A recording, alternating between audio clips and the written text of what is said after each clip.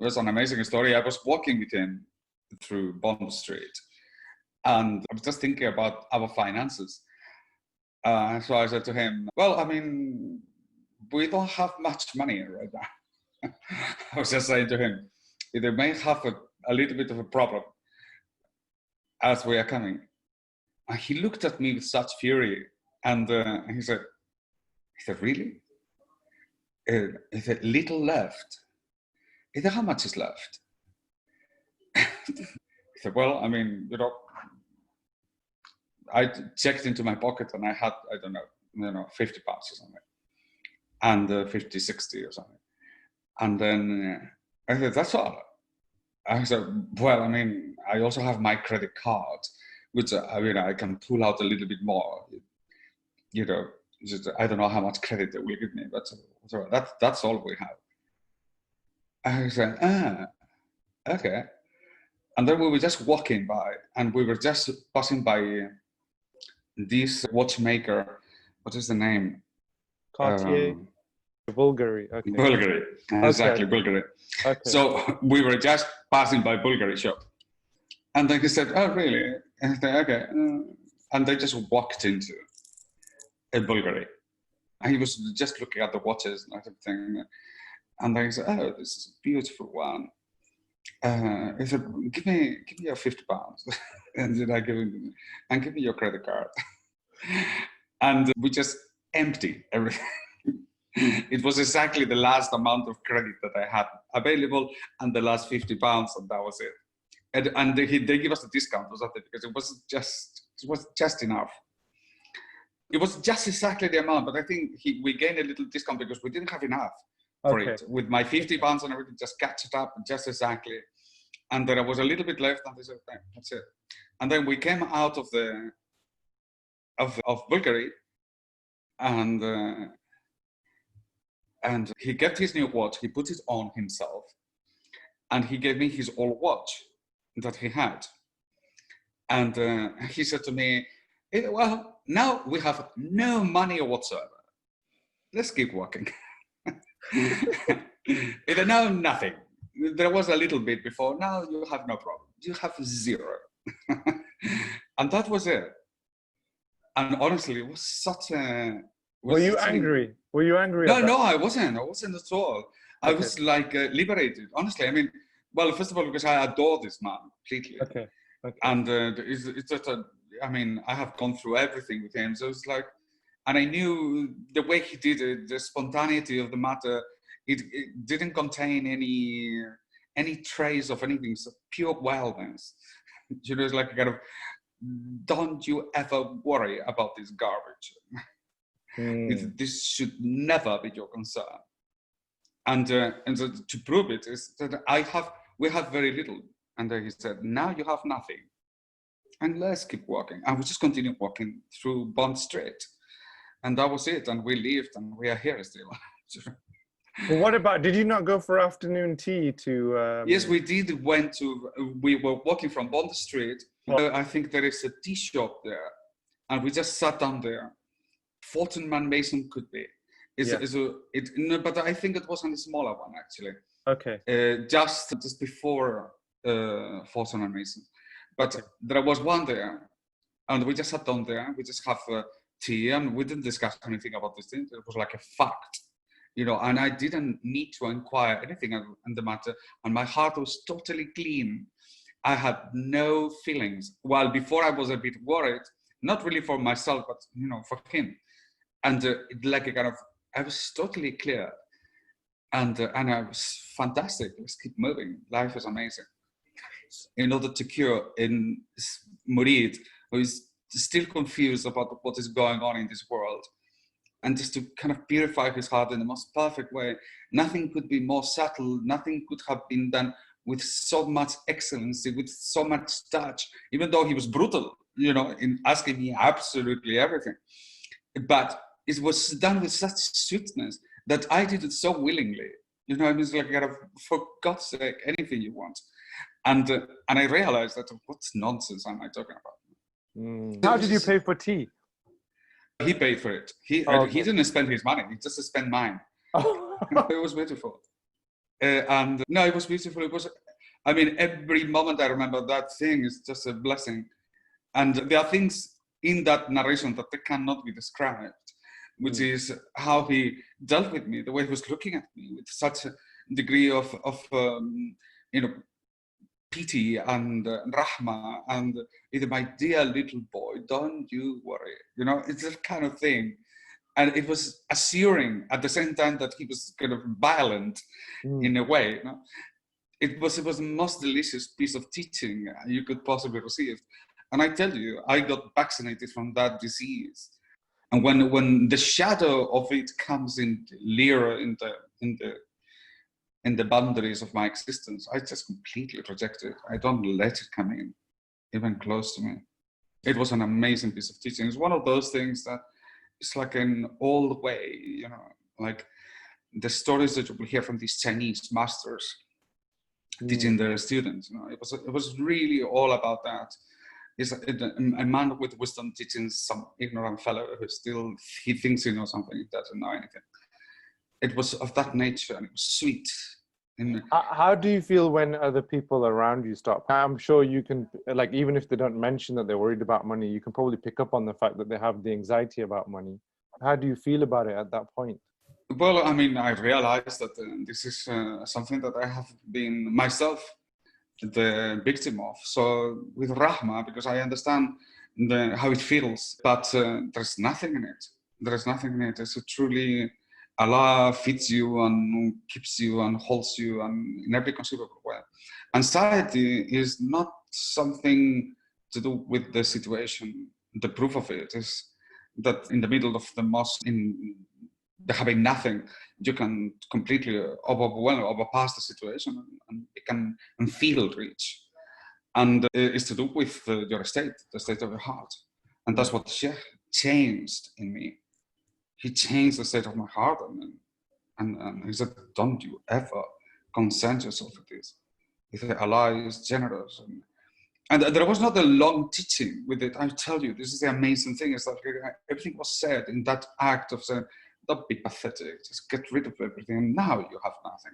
So what? What's the big deal? Let's keep walking. No, I mean, it was so totally unusual also. You know, imagine you are just walking, no intention of buying a watch, naturally. We were just walking to that, you know, to a place to have tea. And in the middle of those things, my completely senseless commentary to Sufi Sheikh, and he kind of turning the insides of me upside down in the most delicious way. I mean, I could never forget the way he was looking at me when he was saying this thing. And there was a condescending, loving, dear little boy, don't worry. It's like kind of... It's almost paternal, isn't it? It's completely paternal. He was asking me to buy him a watch. He gave me years, okay? I don't even remember the price, but it was like, I don't know, my credit card had a maximum of £2,000, I think, something like this. And whatever it is, I had to spend already some money in it. It was the limit of my credit with the £50. It was just enough to cover with a little discount. I remember of negotiating something about the price at the very end of the moment. Well, you know, I mean, honestly, I mean, he would have given me give his clothes as well. I would have done that. I felt protected. I felt that this man has something, he's teaching you something. I recognized it immediately.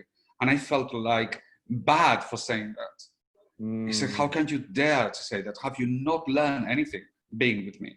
You know? And it was extraordinary. No, look, you see it all around you. The only thing that it changes in you is that you can recognize the state in absolutely every individual one. It manifests.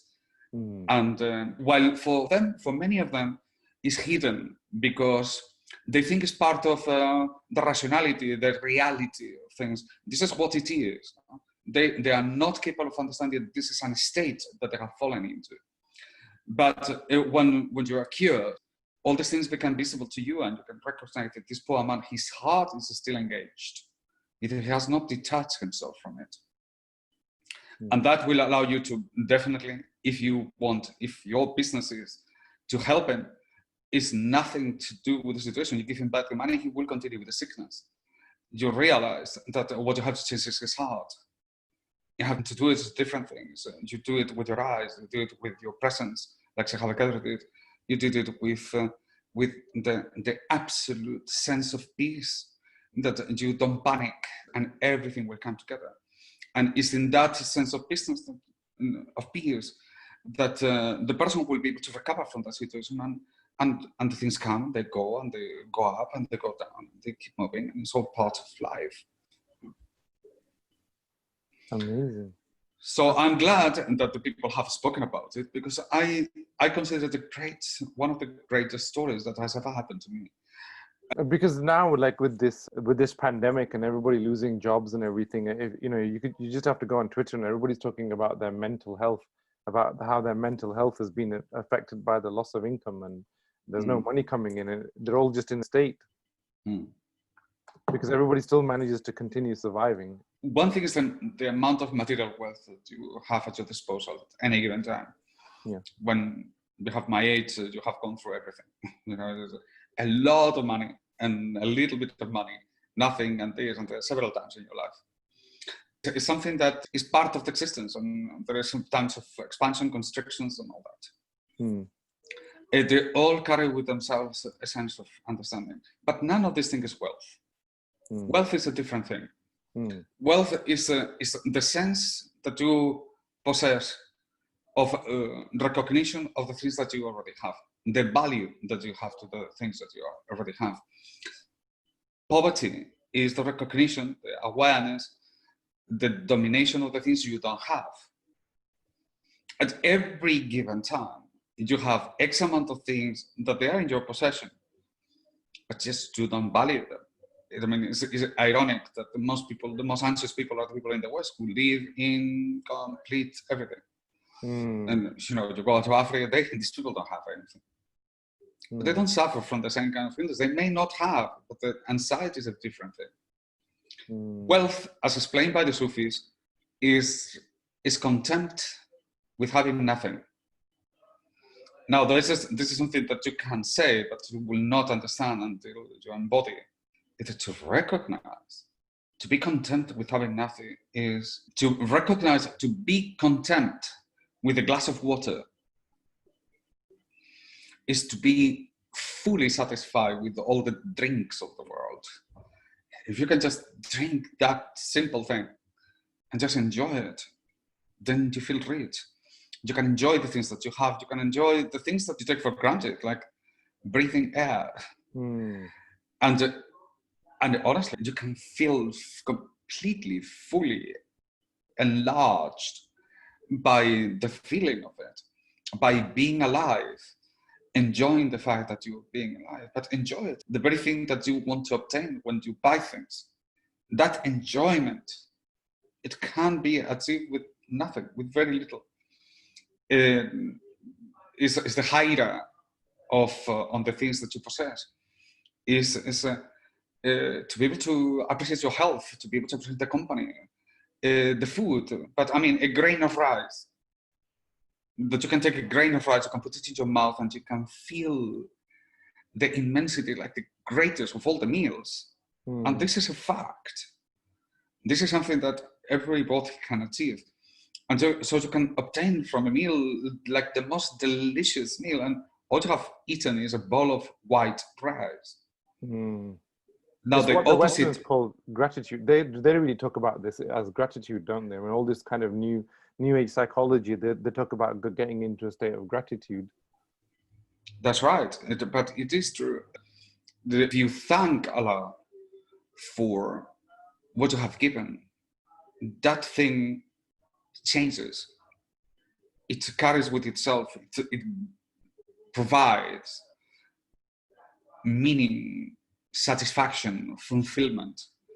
However simple the thing may be, just by saying thank you to Allah, it just changes. It changes in your mouth, and you just feel how extraordinary it is. Which it tells you something about the nature of the world that we inhabit, that it is the result of our interactions. So the world is whatever you want it to be. The world is a mirror of yourself. So if you see anxiety, it's because you're full of anxiety. If you think that nothing's coming, it's because nothing's coming from you.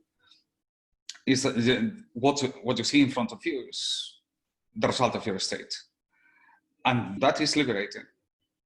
Because the opposite version of events is that I am happy because these things outwardly happen to me. So if this woman doesn't love me, then life is miserable. Okay. But the fact is, if this woman loves me, I am great. And if she doesn't love me, I am great just as well. The liberation consists precisely in the state of the heart belongs to you. For many people, they say, but if Allah would just give me that woman that I love so desperately, no? And by magical design, it happens that she falls in love with you, and then that's it, and you feel your heart has changed. That doesn't mean that you are in charge of your heart. That means that liberation in the sense that the affair of living, it depends on you. It doesn't depend on the exterior factors. So therefore, doesn't expand on your external reality, right? You could be in the middle of the trenches, with the bullets whizzing through your head, and you can be just as full of life. And another person can be perfectly safe in his room, in his office, and he's considering suicidal thoughts. And even though he has everything around him, so therefore, the state of the heart, the management of the state of the heart, is the great achievement. Is what Sufism is about. Is to manage the heart, the fact that the state that belongs to you, and that's what the Shaykh did to me with this story. Is that he said, "Hey, that doesn't matter. Look, you have nothing now, and the anxiety has been removed." And that's exactly what happened. I was completely free. I didn't have any feeling of any consideration about the initial concern, and I didn't do it because I wouldn't dare to do it. Okay, to say to him, "Shaykh, this is the desperation of the thing." No, it was very subtle. It was the minimal expression you can possibly have of anxiety, because I know who he is. Well, I mean, probably I said it in that way of like kind of, well, we are coming to a point where we're just running out of resources. Probably it's something, trying to go that way. He picked it up completely, like he always did. He said, "Woof, this poor man is in agony." So here we are. Interesting.